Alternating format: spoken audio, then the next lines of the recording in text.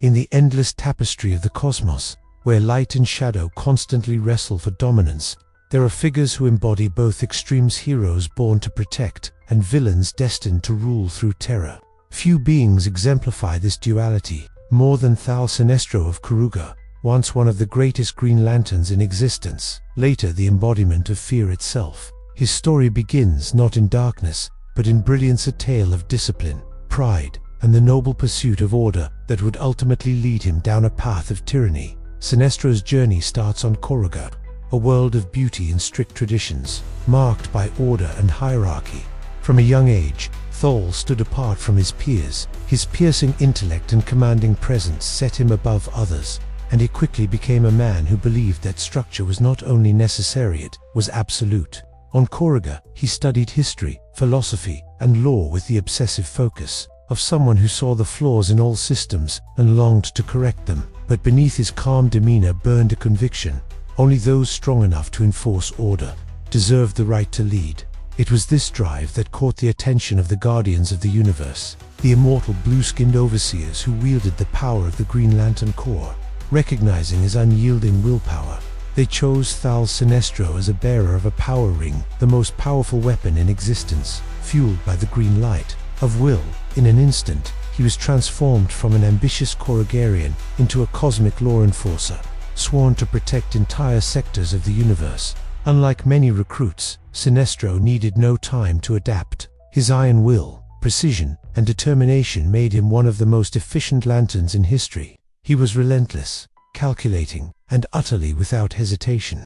To his peers, he was both respected and feared. His results were undeniable, his authority absolute. To the Guardians, he seemed the perfect soldier of order, and yet, even in these early days, the seeds of his downfall had already been sown. Sinestro's strict worldview meant he did not simply enforce justice, he defined it. He believed that fear could be a weapon, a tool to ensure obedience where willpower alone failed. As he patrolled the stars, he did not hesitate to impose his own sense of order upon worlds he deemed chaotic. To many, he was not a savior, but a conqueror in emerald light. It was on Corps that this philosophy reached its most dangerous form. Believing that his homeworld was too fragile to maintain peace on its own, Sinestro secretly used his power ring to establish himself as its absolute ruler. Through manipulation and intimidation, he crafted a society where his word was law, and the people of Corps, whether they admitted it or not, lived in fear of their protector. To outsiders, Corps appeared peaceful, prosperous, even utopian. But beneath that facade lay the shadow of tyranny, built upon the unyielding will of one man. Still, in the eyes of the Corps, Sinestro's achievements were unmatched. He trained new lanterns, passed down his iron discipline, and became a mentor to some of the greatest heroes the Corps would ever see, including Hal Jordan, the first human Green Lantern. Their bond would begin as one of teacher and student, yet it would later evolve into one of the most legendary rivalries in the history of the DC Universe. For now, Sinestro's name was spoken with admiration and awe. His mastery of the ring bordered on artistry, constructs of flawless design, efficient and terrifying in their precision. He was the embodiment of control, and many believed he would someday become the greatest lantern of all. But power, once obtained, has a way of twisting even the noblest of intentions. The Guardians watched him closely, sensing both his brilliance and his dangerous pride. For Sinestro was not like other lanterns. He did not serve willingly. He served because he believed his will was aligned with destiny itself. He did not enforce the Guardian's order. He believed he was order, and when such conviction is tested, when the fragile line between justice and tyranny is blurred, even the brightest emerald flame can give way to the yellow light of fear. This was only the beginning. The rise of Sinestro was a tale of brilliance and honor, but every rise casts a shadow. Soon the Green Lantern, who had once been the Corps' greatest champion, would fall. Not because of weakness, but because his strength became something far more dangerous, a belief that only fear could bring true order to the universe. The fall of a hero is never sudden, it is a slow descent, a steady erosion of ideals, until what remains is something unrecognizable. For Sinestro, the Green Lantern who once embodied the pride and order of the Corps, that fall began with a single truth he could no longer ignore. The universe did not thrive under freedom, it thrived under control. In his eyes, the Guardians were naive. clinging to a fragile philosophy of free will that left countless worlds vulnerable to chaos, corruption, and decay. He had seen it firsthand: systems collapsing, leaders betraying their people, civilizations crumbling not because of outside threats, but because of their own inability to govern themselves. To Sinestro, the Corps' mission to protect life was failing because it lacked the courage to impose order. And so, silently, he began to reshape his own sector according to his vision. Koruga, his homeworld, became the proving ground for his philosophy. Under the watchful gaze of his emerald ring, he established order and eliminated crime, but not through inspiration or trust. He ruled Koruga as an authoritarian guardian, instilling fear in its people to maintain obedience. For years, he concealed this from the Guardians, presenting himself as one of their most devoted soldiers, a shining example of Green Lantern honor. His sector was peaceful, efficient, and prosperous on the surface, the very model of Lantern stewardship. But beneath that order lay tyranny, and Koruga lived in quiet terror of the man sworn to protect it. It was not the Guardians who first uncovered the truth, but Hal Jordan, the brash and fearless Lantern of Earth. Sinestro had once seen potential in Hal, perhaps even a reflection of the warrior he himself had been in his youth. But Hal was unafraid to question, unafraid to challenge authority, and in time, he discovered the iron grip that Sinestro had placed upon his world. Their confrontation was inevitable. Hal accused Sinestro of betraying the Corps' sacred mission, of becoming the very kind of despot they were sworn to oppose.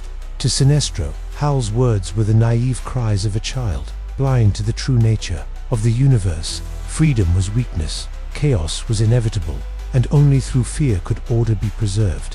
When the Guardians learned of his betrayal, they summoned Sinestro to answer for his actions. For the first time, the Great Green Lantern stood not as a hero, but as a criminal before the Council of Oa. The judgment was swift: expulsion from the Corps, banishment from Oa, and the stripping away of the emerald ring that had once defined his destiny. Humiliation burned through Sinestro's soul. He had devoted his life to the Corps, sacrificed everything for their cause, only to be cast aside like a traitor. Yet, in his heart, he felt no shame for his actions. He was convinced that he was right, that the Guardians were blind, and that one day they would see that his way was the only way. But his exile was not the end of his story, was the beginning of something far darker. For in his search for power, Sinestro encountered the Weaponers of Cord, beings from the antimatter universe, sworn enemies of the Guardians. They offered him a gift, a ring unlike any he had worn before, forged not from willpower, but from fear. It was a weapon designed to twist the very emotions that mortals struggled to master. And in his hands, it became something greater than the Guardians could have ever imagined. With this yellow power ring, Sinestro was reborn. No longer would he be a servant of the Guardians' flawed philosophy. He would become the master of fear itself, wielding it as both weapon and creed. The first time he wore the yellow ring, its power consumed him. Unlike the disciplined green energy that required focus and determination, the yellow light fed upon fear, his enemy's fear, the very fear woven into the fabric of existence. Sinestro learned quickly to bend it to his will, transforming raw terror into constructs of unimaginable strength. The Weaponers expected to control him, to use his hatred of the Guardians as a tool for their war against Oa. But Sinestro was no pawn. He turned their weapon into his own destiny, mastering it faster than they anticipated, and declaring himself the sole wielder of fear. With the power of yellow burning at his command, Sinestro declared war upon the Green Lantern Corps, striking at the heart of the Guardians who had rejected him. His first assaults were devastating. Entire sectors that had once been symbols of peace under the Green Lanterns fell into chaos as Sinestro unleashed his fury. The Corps, as unprepared for the yellow light that opposed their green, struggled to adapt. For the first time, the Guardians felt fear not from the universe, but from one of their own, and Sinestro reveled in it. To him, it was proof of his philosophy that fear was the truest power, the only force strong enough to maintain order across the stars. Still, beneath his crusade burned something deeper than vengeance. He did not see himself as a villain, but as a savior, a man burdened with the truth of the universe. In his mind, the Corps had become weak, blinded by their ideals, and he alone had the strength to do what was necessary. Even as he fought them, he still considered himself the greatest Lantern only. Now, a Lantern of fear, but his rise to power would not go unchallenged. Hal Jordan stood in his way, again and again, defying the master of fear with unshakable will. Their rivalry, born of brotherhood and betrayal, grew into a conflict that spanned galaxies, one that would define not just their destinies, but the fate of the entire Green Lantern Corps. And though Sinestro would be defeated time and again, exiled, imprisoned, and stripped of power, he always returned. For fear is eternal, and as long as there was terror in the hearts of living beings, Sinestro's light would never be extinguished. Power. For Sinestro it was no longer just a tool, it was an identity, a destiny he believed was his by right. After years of commanding his sector with an iron will, he began to see himself not as a protector but as a ruler. To him, order could not be achieved through diplomacy, compassion, or shared ideals. True order required control, absolute and uncompromising. And to enforce that vision, Sinestro saw no crime in bending the very laws he had once sworn to uphold. In Corriga, his homeworld, Sinestro's people lived under the illusion of peace. The skies were clear, the cities clean, the crime nearly non-existent. But behind that carefully maintained facade lay the truth. Sinestro ruled as a tyrant. Every voice of dissent was silenced. Every flicker of rebellion was extinguished. Citizens lived in fear, not harmony, yet Sinestro convinced himself it was the only path to true stability. Peace through fear, this was the creed that would define his legacy. The guardians of the universe, however, saw through his deception. To them, Sinestro had become the very thing the Green Lantern Corps was created to oppose. Hal Jordan, who had once seen Sinestro as a mentor and friend, was among the first to confront him. Their clash was more than physical, it was ideological, a battle of visions. Hal believed in the freedom of willpower, in the messy but noble struggle for justice, while Sinestro believed in the efficiency of domination. Their confrontation on Corriga would mark the beginning of Sinestro's fall. The Guardians stripped him of his ring and his title, casting him out of the Corps in shame. For Sinestro, this was not just punishment, it was betrayal. He had given everything to the Corps, reshaped entire sectors to his vision of order, and now, for daring to see beyond their limited ideals, he was cast aside like a criminal. The humiliation burned deeper than any wound, and from that fire, a darker ambition began to grow. It was in exile that Sinestro discovered the yellow impurity. For as long as the Green Lanterns had existed, their emerald power had been bound by a weakness, the color yellow, the embodiment of fear. Where others saw a flaw, Sinestro saw opportunity. If willpower could forge light, so too could fear. And fear, he believed, was a far greater motivator than courage. With this revelation, Sinestro began to shape a weapon unlike any the universe had ever seen. Traveling across the cosmos, he sought out those who could harness fear as naturally as others wielded will. Warriors, conquerors, broken souls who thrived on intimidation. These would be the first soldiers of his new cause. From the ashes of his disgrace, Sinestro built an army forged in yellow light, bound not by trust or hope, but by the terror they could instill in others. Thus was born the Sinestro Corps, an order with a single mission, to spread fear across the universe, to replace the Guardians' fragile balance with Sinestro's vision of absolute control. The first war between the Green Lantern Corps and the Sinestro Corps was cataclysmic. Entire worlds were consumed in the struggle. Cities crumbled under the clash of emerald and yellow light. Sinestro himself, wielding the first yellow power ring, stood as both general and executioner, his presence enough to send even seasoned lanterns into despair. To him, this was vindication, the proof that fear was more effective than will, that his banishment had not destroyed him but transformed him into something greater. And yet, beneath his pride, there lingered a truth he could never escape. War was not just against the Green Lanterns or the Guardians, it was against his own former self, the man who had once believed in justice before it curdled into tyranny. Every clash with Hal Jordan was not only a battle of power, but of identity, two sides of the same coin. One representing what Sinestro might have been, the other what he had chosen to become. But Sinestro did not see himself as a villain. To his eyes, he was the only one willing to make the hard choices, to embrace the fear others ran from. The Guardians were weak. The Lanterns were naive. Only he understood the truth, that peace could never be achieved through freedom. It could only be forced. And so, with each victory and each defeat, Sinestro's legend grew darker, more feared, more eternal. He was no longer just a fallen lantern. He was something far more dangerous. the embodiment of fear itself. The war between will and fear had reached its inevitable climax. Across the cosmos, the armies of Emerald Light clashed with the burning Yellow Legions forged by Sinestro's unyielding hand. Planets trembled beneath the weight of their battle, and entire civilizations watched in terror as two philosophies of order collided. The Guardian's vision of freedom through willpower, and Sinestro's iron rule of fear. To Sinestro, this was no mere conflict, was destiny. His Sinestro Corps had spread like wildfire, establishing dominion over sectors long forgotten by the Green Lantern Corps. For countless beings, Sinestro's methods were not tyranny, but stability. Where the Lanterns hesitated, Sinestro imposed. Where willpower faltered, fear triumphed. And yet, deep within, a shadow of doubt gnawed at him.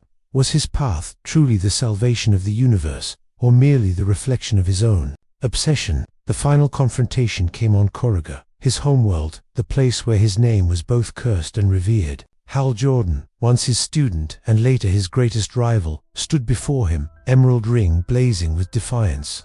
The two warriors clashed, their lights colliding in storms of green and yellow, tearing across the skies of a world that had suffered under both their hands. Every strike between them was more than a physical blow, it was the collision of ideals. The test of whether order came from freedom or fear. Sinestro's power was undeniable. The yellow light surged with the primal energy of terror, overwhelming even the most courageous hearts. But Hal's will was equally unbreakable, fueled not by fear of failure, but by the belief that people could rise beyond it. Their battle raged like gods at war, echoing across the stars, and yet neither could truly destroy the other, for they were bound by something deeper than rivalry. They were mirrors, each reflecting what the other could become. But Sinestro's tragedy was not his defeat, it was his victory. Time and again, he proved his mastery, bending the universe to his vision. But every empire he built through fear eventually crumbled under its own weight. Corrigan turned on him. Allies betrayed him. Even those who followed his yellow light often did so out of hatred rather than loyalty. Fear could build empires, but it could not inspire trust. It could command obedience, but never love. The Guardians, in their desperation, unleashed new forces to counter him, from the Alpha Lanterns to alliances with other emotional spectrums. Sinestro found himself not only at war with his former corps, but entangled in the grand tapestry of the emotional spectrum itself.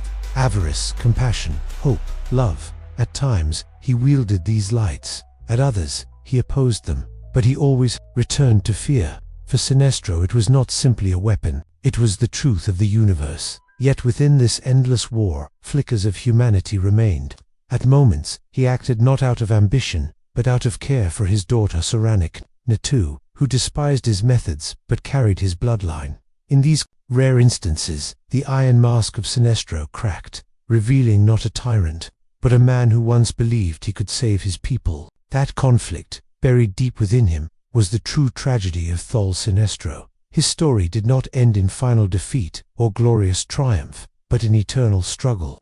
For Sinestro is not a villain who fades into the void, he is a constant, the embodiment of fear's grip on every living being. When Green Lanterns look into the void, they know he is there, watching, waiting, a reminder that courage means nothing without fear to test it. And so, Sinestro endures, not as a fallen hero, nor as a simple villain, but as something far greater, the eternal master of fear.